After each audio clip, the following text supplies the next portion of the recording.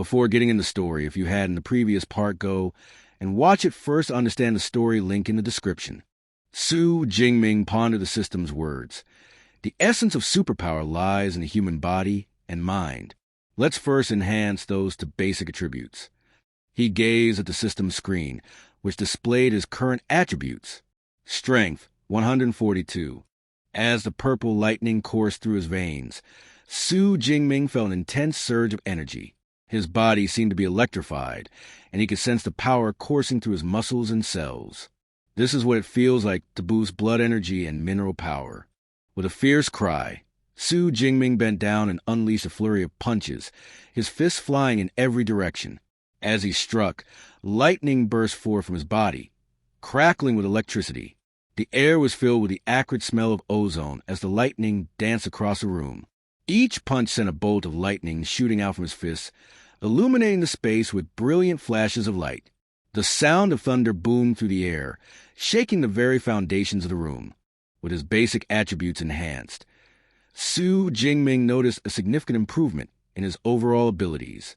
Whether he was using combat techniques or manipulating powers, everything seemed to be amplified accordingly. His movements became more fluid and precise, his strength increased, and his agility allowed him to dodge attacks with ease. Even his Purple Haven Divine Thunder seemed more potent, its power surging through him like never before.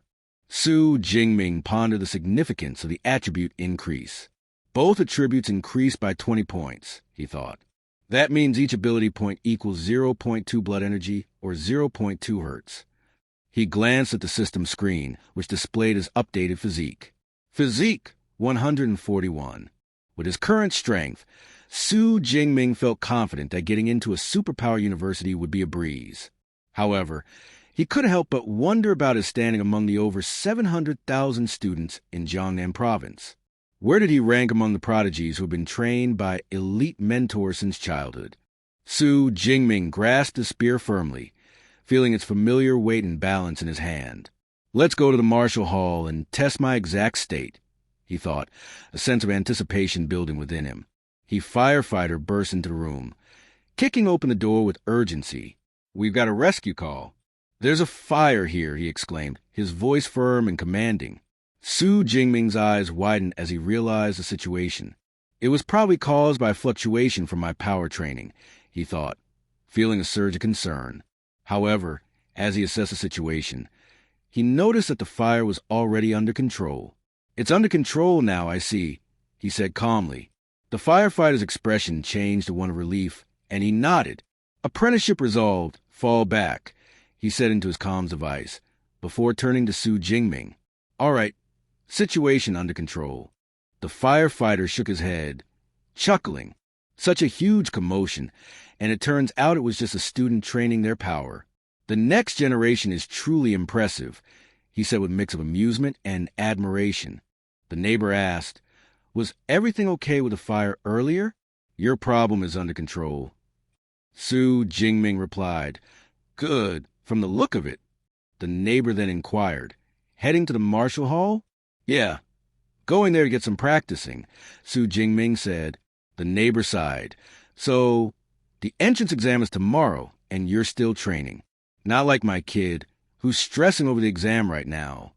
For an awakened individual, becoming a full-fledged superpower user required rigorous training of both physique and mind to boost power output. As a result, martial halls that provided training spaces and instruction became increasingly popular. However, not every family could afford the luxury of a private training room, making these public facilities a vital resource for many aspiring superpower users. The two most renowned chain martial halls in the Xi'an nation were indeed Thunderclap and Violent Bear. Both institutions had a long history of producing skilled superpower users and were highly respected within the martial community. Su Jingming's eyes widened in surprise as he turned to look at the person approaching him. Wait, isn't that Tang Chi? My cousin? He thought, a mix of curiosity and familiarity rising within him. Su Jingming's eyes widened in surprise as he turned to look at the person approaching him. Wait, isn't that Tang Chi? My cousin? He thought, a mix of curiosity and familiarity rising within him. Chi Jia, what brings you to Thunderclap Martial Hall? Su Jingming asked, curiosity getting the better of him. Tang Chi smiled and replied, just here with a friend. Got it. Then I'll head to the training room, Su Jingming said, nodding. Tang Chi thought to herself, he seems different than before, noticing a change in Su Jingming's demeanor. Her friend asked, nudging her playfully, who's that? Kinda handsome, eyeing Su Jingming with interest. Ong Chi said, Su Jingming, he is my cousin. He is in senior year, like us, taking the martial exam tomorrow. She introduced him casually, without much fanfare. Her friend's eyes lit up with curiosity, likely intrigued by the mention of the martial exam and Su Jingming's connection to Tang Chi. Her another friend teased, why are you asking so many questions? You're crushing on him already, Xiaoya. Xiaoya playfully replied, totally. With that face, as long as he's not weak, he'll make a great boyfriend. Definitely impressive in public. She giggled, nudging Tang Chi with her elbow. Tang Chi said, you might be disappointed. He only awakened an E-rank ability. Xiaoya replied, E-rank? What a shame. Tang Chi's another friend chimed in, competing in a martial exam with just an E-rank ability? Gotta admire the courage. Tang Chi frowned, concern etched on her face. So what if he's brave? It's way too risky. It'd be better if he didn't take the exam at all. Xiaoya said, all right, let's not talk about that. We came to check out the Thunderclap Martial Hall, didn't we? They chatted among themselves, their conversation flowing easily. True, I've trained at Violent Bear all 3 years of high school. This is my first time in Thunderclap. Relaxing before the exam is good for your mental state. Let's go. With that, they strolled further into the martial hall, taking in the sights and sounds of the bustling facility. Su Jingming stood opposite to a target, holding a spear. He thought to himself, the fear feels lighter, or maybe it's because my physique got stronger. He glanced at the spear in his hand, his mind wandering to the upcoming exam. But the unified exam is tomorrow, not time to find a better weapon. With a resolute nod, he refocused on his training, determined to make the most of the time he had left. He took a deep breath, focusing his energy. Let's see what my full strength looks like without power enhancement. With a swift and powerful motion, he stabbed the spear directly into the target. The impact was loud and solid, the spear sinking deep into the target's surface. Su Jingming observed the result, gauging his own strength and technique. The training room's walls and equipment were made of basic memory metal, a material that could auto-repair within its resistance limit.